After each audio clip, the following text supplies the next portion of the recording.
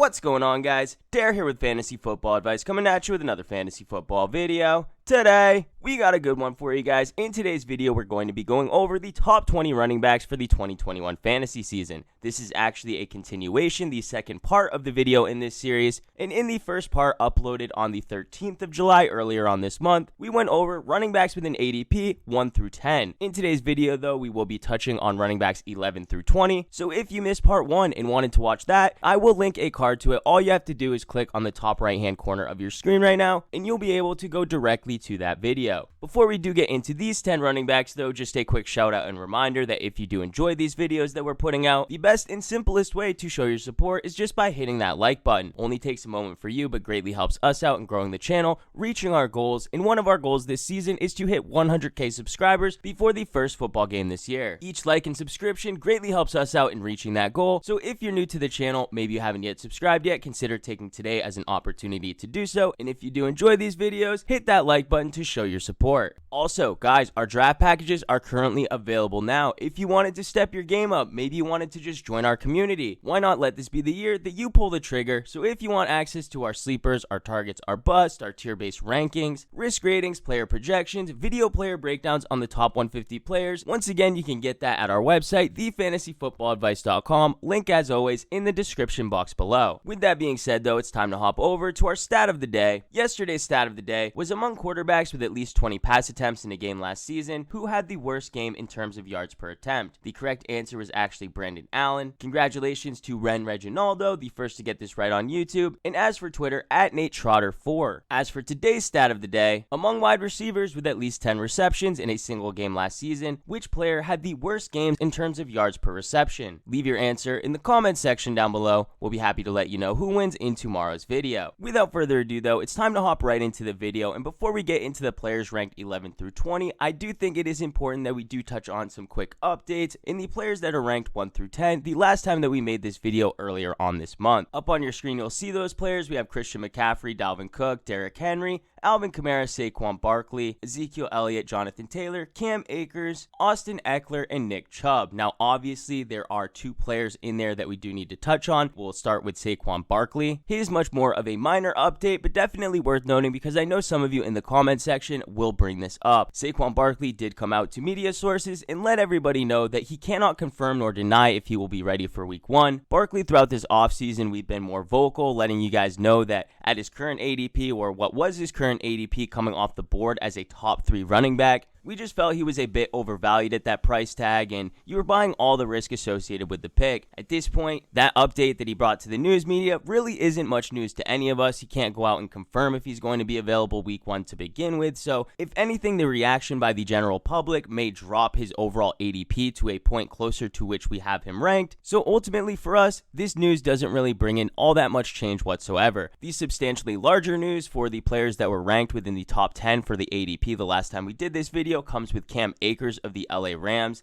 As we all know, he has now torn his Achilles. Absolutely disappointing news. It is a nasty injury, one with a pretty sizable recovery time, so we certainly can't expect him to return at all for the 2021 season. This leaves Darrell Henderson, the next running back up on the depth chart, to take over most of the work that was expected to go to Cam Akers. We also can't rule out them signing another running back. We've heard the name Todd Gurley being thrown around in there. As it stands, their depth chart is pretty thin behind Darrell Henderson, so I do fully expect them to bring somebody in, and ultimately how that does impact the ADP of Darrell Henderson, our ranking of Darrell Henderson, and the other running back that they do bring in, that is yet to be determined, but we'll continue to update you as updates come in. If you're doing drafts now like Underdog drafts, I strongly suggest drafting Darrell Henderson. Right now his ADP is much lower than where it should be, so take advantage before it does adjust. And for those of you out there who may be new to Underdog and haven't tried it yet and want to dabble your feet into some best ball leagues, get yourself a free $25 by using our code FFA at deposit. It's pretty fun. $25 will get you plenty of free drafts to hopefully end up winning yourself some money. We'll be using Underdog's ADP for the purpose of ranking these players in this video, and the running back ranked 11 based on Underdog's ADP is Antonio Gibson of the Washington football team. I absolutely love Antonio Gibson this year. He is the complete package for fantasy. He can run, he can catch, he has big play ability. He's tied to an offense that has a strong defense, meaning game scripts are likely going to be in his favor. It's an offense that's likely ascending. We have signs for improvement with an upgraded quarterback moving from whatever mess they had last season with Dwayne Haskins and crew to a combination of Ryan Fitzpatrick and maybe Taylor Heineke if he ever develops into something more. But on top of the upgraded quarterback, you also have the new addition with Curtis Samuel, a receiver added off free agency, a pretty weak free agent wide receiver class that we had this year, but Curtis Samuel was one of the lone bright spots. Curtis Samuel being a versatile player, somebody they can also line up in the short passing game and out of the backfield, means that J.D. McKissic and his usage should likely subside. J.D. McKissic was somebody that did limit the overall ceiling of Antonio Gibson, so anytime we can get J.D. McKissic phased out of the offense, that's going to increase the projected floor and ceiling of Antonio Gibson. So heading into 2021, there's really a lot to love about Gibson and really not much to dislike. No surprise that we have him as a player to target. His ADP of the running back 11 is actually lower than where we have him ranked inside the top 10, actually coming in as the RB8. Moving into the next player, the player with the ADP of 12, we have Joe Mixon. Mixon has been a player that we haven't really touched on all that much, but if you're looking for a player that has a well-rounded situation, Joe Mixon is definitely going to be your guy. First off, he's a workhorse running back in an offense where you know he's going to be given the workhorse role. In previous seasons, you had Giovanni Bernard spelling carries and touches out of the backfield from Joe Mixon. This season, that won't be a factor. Giovanni Bernard has since moved to Tampa Bay. The replacements, the backups in Cincinnati now, are nowhere near as talented as Giovanni Bernard was, so any possible depth chart concerns or workload concerns that we could have for Joe Mixon should be null and void this season. On top of that, the Cincinnati Bengals offense should be somewhat strong this season with Joe Burrow heading into his second year as a pro. He is coming off of a significant injury and ACL tear, but what we know from quarterbacks from year 1 to year 2, we typically see a significant step taken forward when it comes to their development.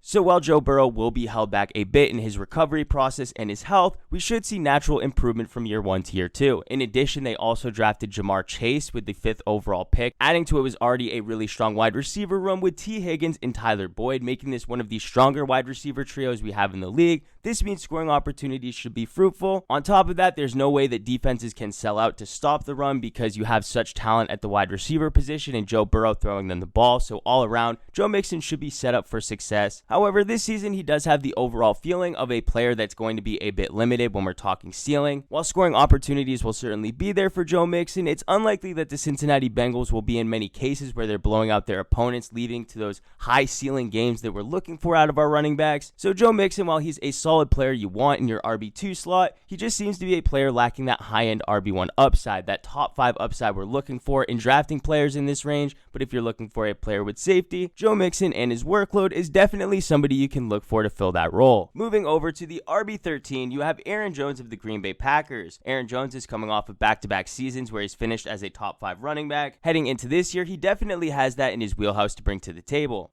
His fantasy value, like any other Green Bay Packer at this point, is going to be tied to whether Aaron Rodgers does return to this team or not. We're moving forward with the assumption that Aaron Rodgers is returning, and if he does, Aaron Jones should once again be thrown into the conversation of the names for running backs potentially in that top 5 mix. The only main difference this season than in seasons past with Aaron Jones is that Jamal Williams, the running back that was typically his backup, is no longer a Green Bay Packer. He is now on the Detroit Lions. Typically, a backup leaving isn't much news for a running back, the starter in the offense, but we do have to understand that Jamal Williams did play a pretty sizable role in this offense. He also played the main receiving back in clear passing situations. What that means is the other running back on this team, A.J. Dillon, should step into more of the early down work, and with Jamal Williams now exiting to the Detroit Lions, Aaron Jones should step into more of a receiving role. That should increase his overall week-to-week consistency, his floor. No real negatives there, but if A.J. Dillon does succeed on his early down work, I could see in situations where the Green Bay Packers are winning and they're blowing out their opponents, which isn't all that uncommon from a strong Packers team. Those games where in seasons past we would see Aaron Jones have those massive ceiling weeks, we could see some of that production make its way over to A.J. Dillon, causing a situation where in some weeks it actually ends up hurting Aaron Jones. Either way, we think his current ADP of the RB13 is far too cheap for Aaron Jones and the package he brings to the table for 2021. Aaron Jones is a running back we have ranked inside the top 12, but let's move over to the running back with an ADP of the RB14. That running back is none other than Najee Harris of the Pittsburgh Steelers. If you followed us throughout this offseason, you know exactly how much we love Najee Harris this season. Needless to say, we think his ADP of the RB14 is far too cheap for him. We have him ranked inside the top 10, and the reason being is largely because of volume. While Najee Harris is also going to be one of those players who may have a difficult time reaching those top 5 levels of production, he should have no problem at all being a staple as a back-end RB1 just due to volume alone. The Steelers' offensive line is is not all that great, but they do have really strong receivers. And say what you want about Big Ben's arm, but he's going to be 1 year further removed from his Tommy John surgery and has a loaded wide receiving core with Juju Smith-Schuster, Deontay Johnson, and Chase Claypool. That combination basically guarantees that there's no way that defenses can sell out to stop the run. In addition to that, the Pittsburgh Steelers have a really strong defense, which is always very conducive to a strong running back for fantasy. They're also a well-coached team, so positive game scripts are going to be in the future of Najee Harris. So overall, with his ADP of the RB14, we think that's far too cheap for him. Like I mentioned, we have him ranked inside of our top 10, but not much really further needs to be said about Najee Harris for 2021. Let's move over to the ADP of the RB15. That player is Clyde Edwards-Helaire of the Kansas City Chiefs. When it comes to Clyde Edwards-Helaire, he did have somewhat of a bust season when compared to where he was drafted last season for fantasy, but overall his season shouldn't be looked at as all that disappointing,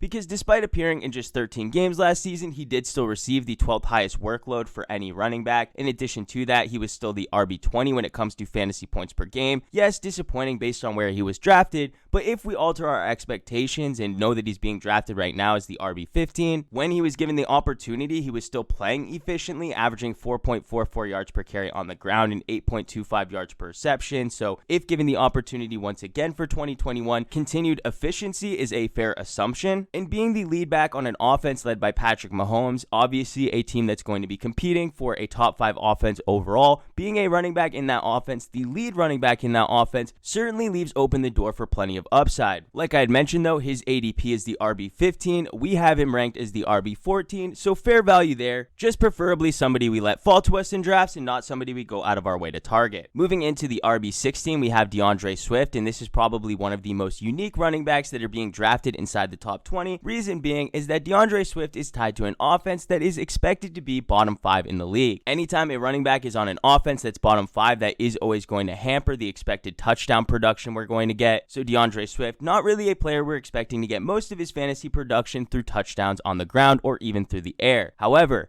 this Detroit Lions team is desperately lacking at the receiver position. They let go of Kenny Golladay, and Marvin Jones also exited through free agency. We have absolutely no clue which players are going to be moving the ball downfield from the receiver position whatsoever outside of TJ Hawkinson. This means that they're likely going to utilize the running back position heavily when it comes to receiving work. So DeAndre Swift, it wouldn't surprise us whatsoever if he is in line to compete for possibly league lead when it comes to overall target market share in his offense. So regardless of how strong the Detroit Lions offense is and how many scoring opportunities are available for DeAndre Swift, that role in that offense is going to be very valuable for fantasy. It is going to result in a player that's going to have a higher floor week to week, but definitely lacking that upside if we're talking touchdowns being few and far between, and the rushing work in the third and fourth quarter likely going to be scarce as well, just due to game script. So for that reason, even though he does have the ADP of the RB16, we have him ranked just inside the top 20. So we're a bit lower on him than when compared to his ADP, but regardless, not a player that we are avoiding completely. Moving into the next player, the RB17 based on ADP, we virtually have the opposite situation. It's J.K. Dobbins of the Baltimore Ravens. When it comes to J.K. Dobbins, unlike DeAndre Swift, where DeAndre Swift is going to get most of his work in the receiving game, J.K. Dobbins is going to get virtually no work in the receiving game because this is an offense led by Lamar Jackson. Lamar Jackson, rather than opting to throw to the running back position, he can just hold it. He is the most mobile quarterback we have in the league. He can make defenders miss with ease, so there's no point in him flipping out the ball to the running back in the short passing game when he can just hold onto it himself and just make magic happen. But what J.K. Dobbins overall will be losing and lacking in the receiving game, he will make up for when it comes to his touchdown upside. The Baltimore Ravens team are going to be one of the more efficient teams in moving the ball up and down field and scoring whenever they reach the red zone. Running backs in a Lamar Jackson-led offense have had major success in this area of the field, so J.K. Dobbins, even on a lower volume total, should have plenty of scoring upside. For that, we can't completely rule out J.K. Dobbins being a player with top 5 potential upside. Clearly, many things do have to go in his favor, but from what we saw from him on a limited sample as a rookie, need I remind you, J.K. Dobbins converted 134 rush attempts on his rookie season into a whopping 805 rushing yards. That's right, 6 yards per carry average. On top of that, he scored the ball 9 times, ultimately finishing as the RB23 in PPR leagues, and this was as a limited time starter. The upside for J.K. Dobbins is massive, but the question is always going to come down to his projected volume share. For that reason, we can't rank him higher than the RB17, which is exactly where his ADP is.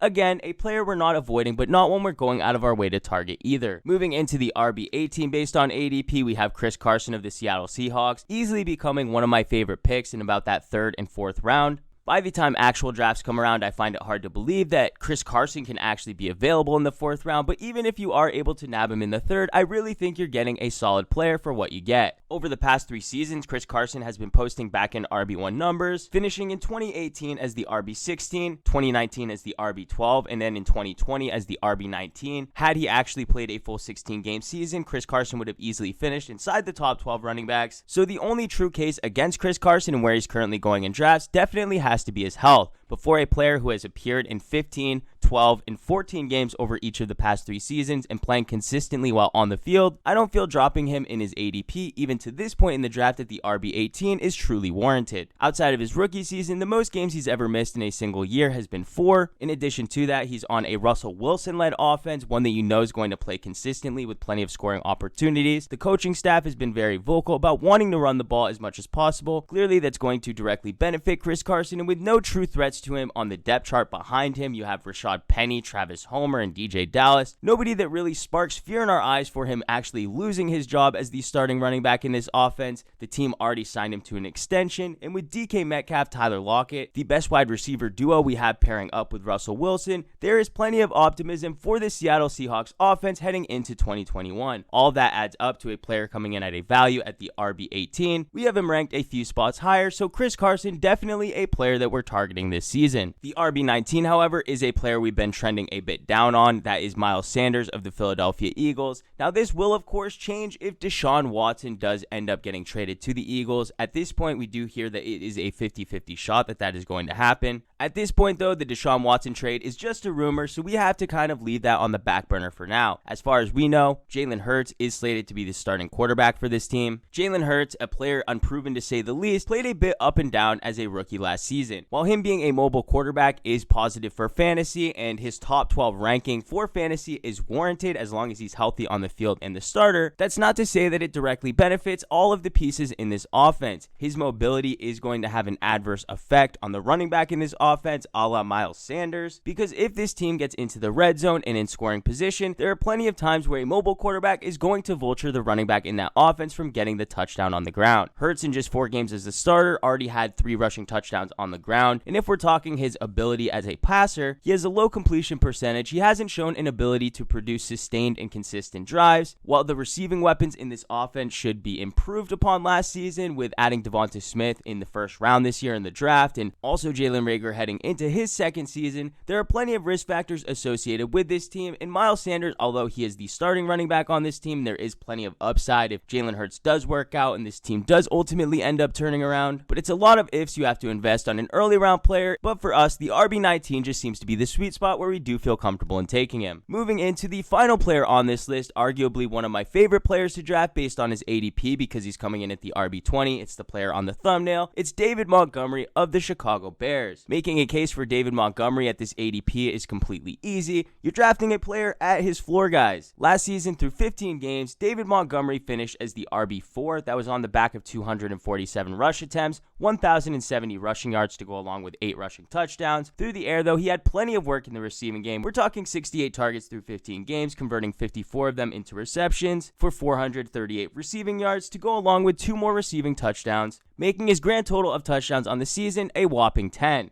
Now, the only real argument against him was that most of his production was weighted towards the second half of last season, which is true. His schedule did lighten up towards the tail end of the season, but we really can't hold that against him. He was a player who performed when his back was against the wall. When he was expected to perform, he does. And how many times do we have players in positive situations where we're expecting them to produce in a big game and they disappoint? It happens all the time. David Montgomery, not one of those players. And the only other argument against him this season was that Tariq Cohen was injured when most of his positive production was happening, but reports are out yet again that Tariq Cohen may not be available to start the season, and whether Tariq Cohen is available or not is not going to impact David Montgomery being able to exceed his current ADP of the RB20. If Tariq Cohen isn't available and on the field, that's going to be the circumstances where David Montgomery was producing top 5 running back numbers. You don't have to draft the top 5 David Montgomery. You can draft the top 20 David Montgomery, the same David Montgomery we drafted in his his rookie season, where at his floor he was already exceeding this ADP on a per game basis. In addition to that, we can't rule out the possibility of improvement down the stretch from this team offensively if they switch over to Justin Fields. Currently, the quarterback position has been absolutely terrible. We've had Mitchell Trubisky, Nick Foles, and now Andy Dalton. Justin Fields, yes, he is a rookie and he is unproven, but if there is any improvement to the quarterback position as a whole and Justin Fields is an improvement for this team offensively, then you better believe David Montgomery is going to be the main beneficiary. Drafting David Montgomery at his current ADP is a complete smash spot. We have him ranked as the RB15, so him coming in at the RB20 is an absolute value. But guys, that's going to do it for this video. We really hoped you enjoyed. If you did, how about hitting that like button? If you're new to the channel, please hit that subscribe button.